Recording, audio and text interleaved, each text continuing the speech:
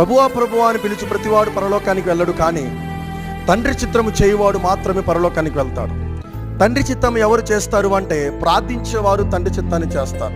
దేవుని ఆజ్ఞలను పాటించేవారు తండ్రి చిత్తాన్ని చేస్తారు.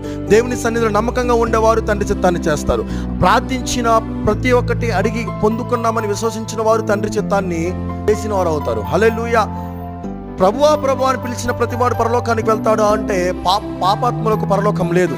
పరలోకం ఎవరు కోరుకుందంటే, నీతిమంతుల కొరకు పరలోకం దాగున్నది. వ్యభిచరించే వారికి పరలోకం లేదు, దొంగలించే వారికి పరలోకం లేదు, అబద్ధాలు ఆడేవారికి పరలోకం లేదు.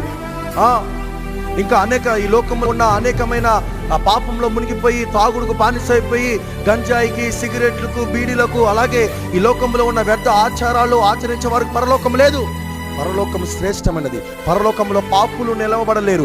పరలోకం ఎవరిదంటే నీతిమంతుల కొరకు దేవుడు సిద్ధపరిచి ఉన్నాడు. హల్లెలూయా. ప్రభువా ప్రభువా